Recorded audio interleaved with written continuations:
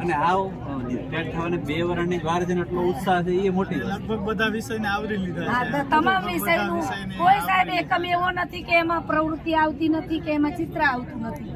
તો મારો દરેક એકમ પ્રવૃત્તિ ને ચિત્ર સાથે છે, પ્લસ બાળકની પ્રવૃત્તિ ગમે છે. તો આપણો જે છે એ આ સ્થિરતા જાળવવાનો પ્રયોગ છે કે આજે બાળકો જશે અને ગેરહાજર બાળકને કહેશે કે તું નતો આવ્યો, બેને આજે કેટલું સરસ કરાવ્યું, તું રહી ગયો. તો દરેક બાળક મારી ડેલીની પ્રવૃત્તિ હોય એટલે મારું કોઈ બાળક ગેરહાજર રહેતું જ નથી. Thank you sir.